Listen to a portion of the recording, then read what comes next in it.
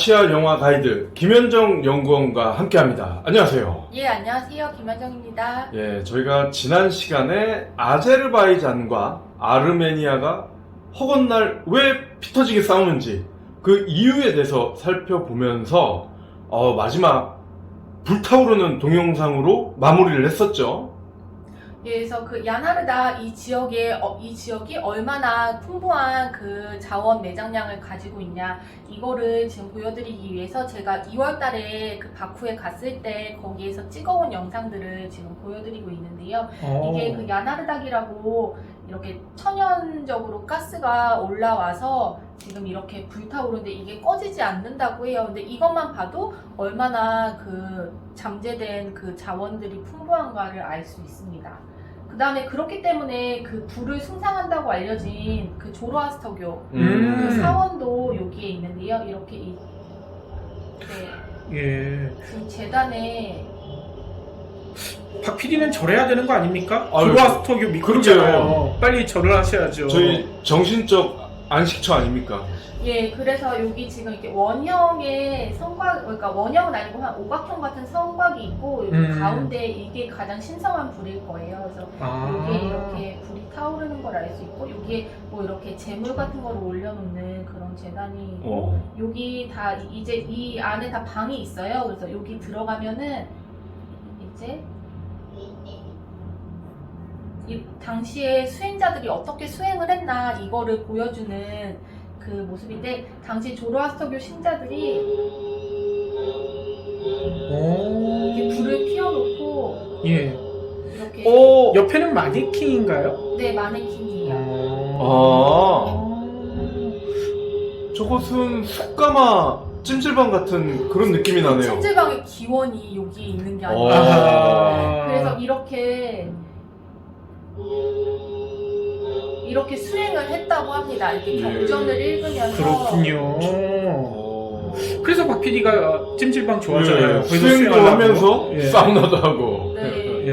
그 뜨거운 거를 참는 그런 거를 이제 수행이라고 하고, 이게 진흙화산이에요. 진흙화산. 네, 이게 그 고부스탄 가는 길에 있는데 이렇게 굉장히 큰 웅덩이가 있잖아요. 예. 근데 이 웅덩이에 이렇게 거품이 지금 이렇게 올라오고 있습니다. 이게 그렇군요. 메탄가스라고 하는데 이럴 정도로 얼마나 천연가스가 풍부하게 나오고 있는지를 알 수 있어요. 저게 손을 넣는 사람도 있습니까? 여기 들어가는 사람도 있고, 실제 그 한국의 그 방송 그 취재진이 이거 찍으러 갔을 때 거기 출연자들은 여기에 들어가기도 했죠. 네, 근데 씻을 곳이 없어요. 씻을 곳이 없어서 그 사람들이 어떻게 씻었는지는 모르겠는데 피부가 좋아지나 보죠? 네, 뭐 그 사람들 말에 뭐 관절염에도 좋고 피부에도 관절염. 좋고 뭐 모든 병에 다 좋다라고 하는데 근데 저는 여기 그 담아줘서 그 숙소에서 발라봤는데 좀 흙 비린내가 되게 심하더라고요. 그렇군요. 네, 그렇고 이거는 그 바쿠 도심에 있는 데인데 여기가 세계 최초의 원유 시추 시설, 그러니까 자동으로. 이게 몇 년도라고 써져 있는 거죠? 1846년이요. 와, 이야. 굉장히 오래됐군요. 세계 최초로 산업적으로 원유를 이제 기계로 이제 채굴. 그 전에는 다 양동이나 이런 걸로 원유를 뜰 정도로 그렇게 원유가 풍부해서 뭐 양동이로 뜨고 이랬는데 이걸 이제 기계로 자동으로 이렇게 그러니까 시추를 할 수 있게 한 거고, 여기 보면은 지금 여기 노벨이라고 써 있어요. 그래서 당시에 그 노벨 형제들이 여기에 와서 원유 사업을 크게 했대요. 그래서 그렇군요. 여기 지금 노벨이라고 써져 있고, 이 장비 이런 걸로 봐서도 그 노벨 형제의 흔적을 찾아볼 수가 있습니다. 예. 그리고 이거는 그 옆에 이제 사람들 보라고 전시해 놓은 건데, 현대적인 그 원유 시추 시설도 이렇게 사람들이 봐서 이제 얼마나 기술이 발달을 해서 이제 요새는 이런 방식으로 이제 그 채굴을 하고 있다, 이거를 지금 보여주고 있습니다. 예.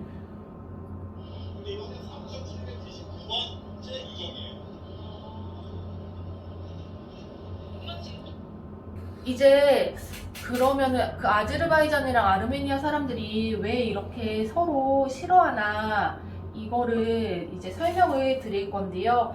이거는 좀 그 포그롬하고 관련이 있거든요. 포그롬요? 네, 포그롬이라고 하면 러시아가 그 소수민족을 박해를 하거나 러시아가 이런 뭐 학살을 저지른 이런 거를 뭐 얘기를 하는데, 그 아르메니아 타타르 전쟁이라고 그래서 그 러시아가 아나톨리아에서 이제 그 아르메니아인들 한 40만 정도를 정착을 시키기 위해서 카라바흐 거주하고 있는 아라바인들을 집단 학살을 한 사건이 있었어요. 그래서 러시아에 의해서 이렇게 집단 학살을 당해서 좀 이제 싫어하는 측면이 있고, 특히 그 1980년대부터 좀 심각한 국면에 접어드는데, 그래서 이 당시에는 그러니까 소련이 여기 이 문제를 접하다 보면은 소련이 좀 태도를 분명히 하지 않아서 더 문제가 커졌다 이런 얘기를 많이 하거든요. 그래서 또 문제가 그 러시아에서는 조금 아르메니아 편을 드는 게 있어요. 예. 그래서 그 러시아가 그 아르메니아가 89년에 이렇게 카라바흐와 아르메니아 통합을 골자라는 법률을 채택을 하는데, 모스크바가 눈 감아주면서 조금 아르메니아 편을 들어줬던 거죠. 그래서 아제르바이잔 입장에서는 아르메니아가 그동안 이제 러시아를 등에 업고 자신이 원하는 뜻을 다 관철을 시켜왔다. 그런데 이제 이번 전쟁에서는 러시아가 계속 휴전을 하라고 좀 약간 좀 말리는 상황입니다. 아, 그렇군요. 네, 왜냐면 너무 상황이. 그래서 또 근데 아제르바이잔에서는 굉장히 심각하게 생각하는 사건이 이 검은 1월이거든요. 그래서 블랙 제뉴얼이라고 하는데, 이게 아제르바이잔 사람들이 그 러시아 군대, 그 소련 군대에 의해서 집단 학살된 그런 그 사건이 이어서 90년에 이렇게 그 러시아에서 대규모 그 무장 군대를 풀어서 아제르바이잔 사람들을 죽였는데, 당시에 그 아르메니아 분리주의에 대해서 그렇게 반대를 하는 아제르바이잔인들이 그 시위를 하고 있었는데, 이거를 당시 소련 군대가 진압을 해서 민간인이 굉장히 많이 죽고 또 부상도 당하고 수백 명이 체포를 돼서 고문까지 받았다고 하는데, 굉장히 이거 지금 아제르바이잔에서 항상 심각하게 주장을 하고 있는 사건이고, 이걸로 인해서 소련의 붕괴가 촉발됐다고 할 정도로 굉장히 심각한 그래서 거의 뭐 한국으로 치면 거의 광주 학살처럼 그렇게 생각을 하는 그런 측면이 있습니다. 그럴 수 있겠군요. 아, 광주 학살이라는 표현을 써도 되나요? 예, 뭐 전두환이 전두환이 학살했죠. 학살한 거니까. 예. 그래서 이 지금 귀리스탄의 시라는 그 시집이 작년에 발간이 됐어요. 예, 예. 그래서 이게 당시 그 이란이 러시아로부터 패배를 해서 지금 그 아제르바이잔 사람들이 굉장히 한국하고 비슷한 점이 뭐냐면, 일단 강대국에 둘러싸여서 좀 이제 자기 나라의 문제를 많이 이렇게 주체적으로 해결을 하지 못하는 문제도 있고, 또 그 통일을 주장하는 사람들이 있어요. 아, 어디랑 통일을요? 그 이란에 그 당시 이란이 러시아에서 패배하면서 거기에 그 남아제르바이잔이라고 해서 아제르바이잔 사람들 일부가 그쪽 지역에서 살고 있는데, 자기네들이 그때 분단이 됐다는 거예요. 아하. 그래가지고 이 시집도 원래는 상업성이 없잖아요. 예, 그래서 예. 출판사들이 다들 그 좀 내주지 않으려고 하는 그런 게 있었는데, 그 어떻게 낼 수 있었냐라고 하면은 이 아제르바이잔에 분단 문제가 있다. 한국처럼 남북한이 분단돼 있어서 통일을 주장하는 사람들이 있다라고 해서 그 부분이 좀 이제 받아들여져서 이렇게 시집이 나올 수 있었다고 하는데, 예. 이게 그 베르티아르 와학자대라고 해서 거의 국민 시인이라고 하는 네. 그런 시인인데, 여기 이 내가 지은 죄들이라는 시를 잠깐 보면 이거를 그 PD님이 읽어주시겠어요? 나는 너에게 늘 괜찮다고만 했었다. 나는 너에게 권리를 요구하지 않았다. 저 멀리 하늘에서 문득 작은 빛을 보고서야 너한테 바늘의 눈만큼의 권리를 요구했다. 너는 물었다. 말해봐. 무슨 권리를 말하는 거지? 내가 필요한 건 네가 만든 목화와 석유다. 너는 말했다. 네 요구는 모두 오래전에 끝난 얘기거늘 귀리스탄 계약서에 담긴 권리를 이제야 요구하는가? 나는 묻는다. 내가 네 피를 빨아먹었단 말인가? 네가 고마워해야 할 사람은 나일 텐데 이제 네가 피를 좀 흘려야 한다는데 왜 안 된다는 거냐? 너는 풍부한 자원에서 조금이라도 권리를 보상받기를 원하겠지. 넌 이 압제에서 벗어나 세상이 조금이라도 변하기를 원하겠지. 너는 그게 잘못이다. 내 허락도 없이 많은 것을 네 멋대로 이해하고 해석했다. 이 피로 얼룩진 싸움이 시작됐을 때부터 넌 한 걸음도 뒤로 가지 않았다. 아르메니아인들이 너희 민족을 학살했다고 너희도 그들 피를 흘리게 했다. 그게 네 잘못이다. 너를 피 흘리게 했을 때 표독스러운 눈으로 나를 쳐다봤지. 그게 네 잘못이다. 내 탱크를 부수는 너의 오만한 자신감은 어디서 오는 거지? 그게 네 잘못이다. 민족 간 평등은 종이 위에 마른 잉크라는 것을 알게 됐다. 학살 사건 이후 우리는 많은 것을 알게 됐다. 우리의 죄는 튀르크라는 것이다. 우리의 조국은 이제 외국이 됐다. 이렇게 큰 세계에 우리는 혼자 남겨져 있다. 혼자. 우리의 믿음은 감옥에 갇혀 있다. 스탈린은 죽지 않았다. 살아있다.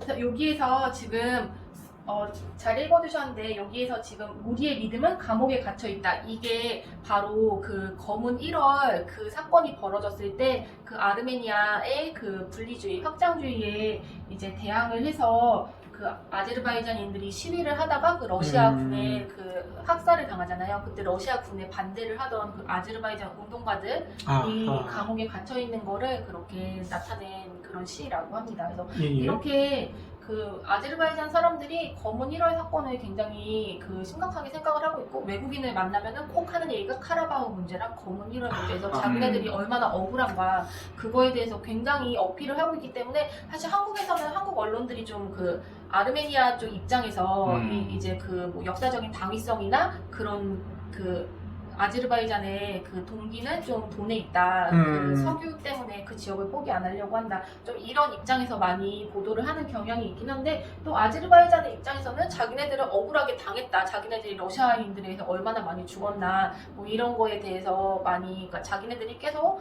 이제 그러니까 좀 억울한 피해자가 되고 있다. 이렇게 좀 주장하고 있는데 누구의 말이 사실일지는 그렇죠. 네. 아니 근데 어느 정도 좀 공감이 가는 게 우리도 뭐 일본이나 중국으로부터 워낙 핍박을 많이 받았기 때문에 이런 핍박받는 민족 간의 뭔가 동질감은 좀 느낄 수 있을 것 같아요. 예, 그래서 아제르바이잔 역사를 보다 보면 한국하고 비슷한 면이 많다. 그러니까요. 아제르바이잔 사람들하고 예. 얘기를 하다 보면은 그러니까 우리 대부분의 애청자분들은 언론 내용을 보고 그렇게 생각하셨을 거예요. 오히려 아르메니아 쪽이 훨씬 더 우리 쪽이 비슷하다 오해를 하실 것 같은데 따지고 보니까 아제르바이잔 쪽이 더 비슷하다 이런 생각이 많이 드네요. 그리고 여기가 또 러시아와 미국이라는 G2가 또 서로 이해관계가 얽혀 있다는 거. 이것도 좀 관심이 가네요. 그래서 좀 러시아는 그러니까 이 지역에 대해서 아무래도 가장 그러니까 중재를 할 수 있는 힘이 있는 존재잖아요. 왜냐면 소련 때는 둘 다 자기의 그 수하에 그 아르메니아랑 아제르바이잔이랑 다 소련 안에 두고 있었고 또 독립을 해서 두 나라가 있었어도 여전히 가장 강한 영향력을 끼치고 있는 나라인데 그런데 그래서 러시아에서는 계속 이 지역에 좀 이제 목소리를 내왔는데 92년부터는 유럽 그 안보협력 회의라는 거를 이제 구성을 해서 여기에 미인스크 그룹이라는 거를 구성을 했어요. 미국, 프랑스가 공동 의장국을 맡았는데 그 카라바흐 지역의 평화를 유지하기 위해서 어떻게 해야 되냐. 그래서 처음에는 좀 아르메니아의 좀 분리 주장을 좀 들어주고 좀 아르메니아 편을 들어주려고 했는데 아제르바이잔에 의해서 저지를 당하고 그리고 이제 러시아에서는 그래서 지금 그 푸틴이 하는 얘기가 뭐냐면은 그 카라바흐 자치공화국을 보장을 하고 그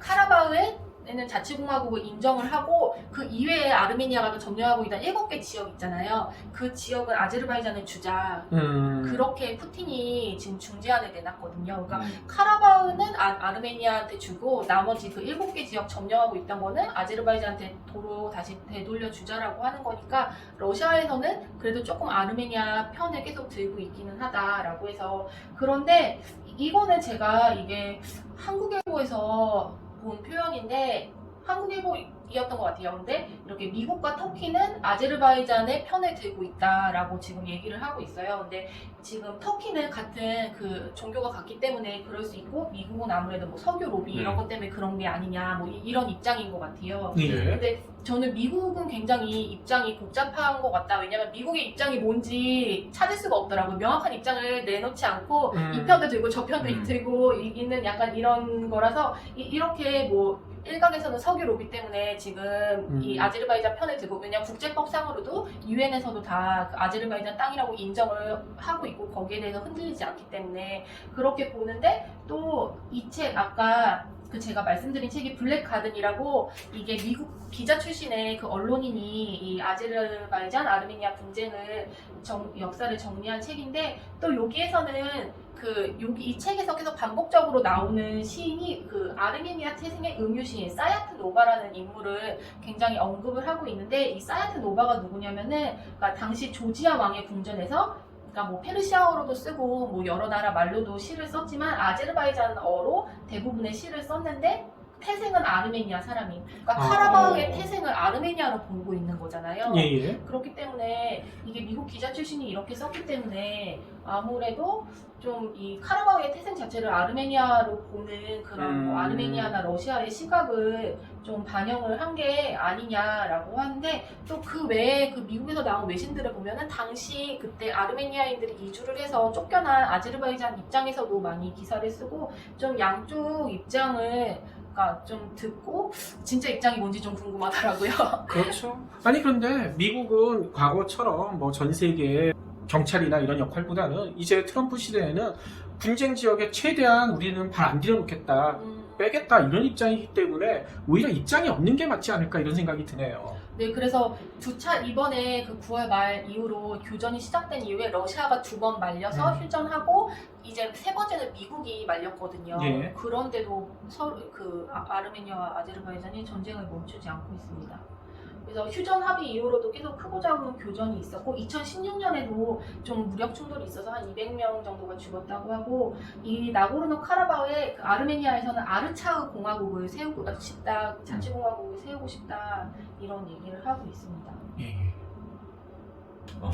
지금까지 2회에 걸쳐서 아제르바이잔과 아르메니아가 왜 싸우는지, 그리고 현재 어떻게 되어가고 있는지를 살펴봤습니다. 근데 뭐 양측이 다 입장이 있고, 또 이런 경우에는 타협을 해야 되지 않겠습니까? 그래서 중재안을 빨리 만들어서 조금씩 양보하는 방법밖에 없을 것 같아요. 그러니까요. 아니 저는 이 분쟁 얘기를 들으면서 과거가 좀 떠오르더라고요. 유고도 비슷한 상황이었잖아요. 러시아가 점령한 다음에, 그러니까 구소련이 점령한 다음에 유고가 지금 갈기갈기 찢어진 다음에 내전이 한 10년 동안 벌어지지 않았습니까? 근데 그 내전도 따지고 보면 이 아제르바이잔과 아르메니아처럼 종교 전쟁, 또 영토 분쟁, 거기다가 또 경제적 문제까지 다 겹쳐가지고 10년 동안 치고받고 싸웠는데, 지금은 이게 다 해결이 됐어요. 이런 좀 현명한 해결책을 이쪽 지역에서 좀 빨리 찾았으면 좋을 것 같다는 생각이 많이 드네요. 그리고 이게 종교 가지고 싸우면 끝이 없거든요. 네, 그래서 그 아제르바이잔에서는 카라바흐를 절대 포기할 수 없다, 이런 입장이고, 그러니까요. 이거는 종교 갈등이 아니다, 이건 영토 분쟁이라고 얘기를 하고 있는데, 아르메니아에서는 좀 종교 문제로 이렇게 하려는 그런. 그렇죠. 아니 그런데 지금 옛 유고 지역에서도 종교 분쟁으로 그렇게 서로 죽이고 싸우고 했던 사람들이 지금은 또 종교적으로도 서로 결혼들도 하고 막 그런다고 하더라고요. 거기도 기독교계, 카톨릭계, 또 이슬람계, 이 세 개 종교가 치고받고 또 역사적으로도 더 복잡하게 얽혀져 있었는데 지금은 해결됐거든요. 유고는 세 개 종교가 싸우는데 여기는 2개 종교가 싸우고 있으니까 해결이 더 쉽지 않을까 이런 생각도 들고요. 우리나라도 보면은 크리스마스 때 스님들이 교회 가서 또 기도도 하시고, 부처님 오신 날에 또 목사님들도 절에 가서 합장하고, 그런 훈훈한 모습 볼 수 있잖아요. 두 나라도, 이 종교 지도자들도 그런 모습을 좀 보여주면 국민들도 어느 정도 다가가지 않을까 싶습니다. 2회 동안 정말 수고하셨습니다. 예, 감사합니다.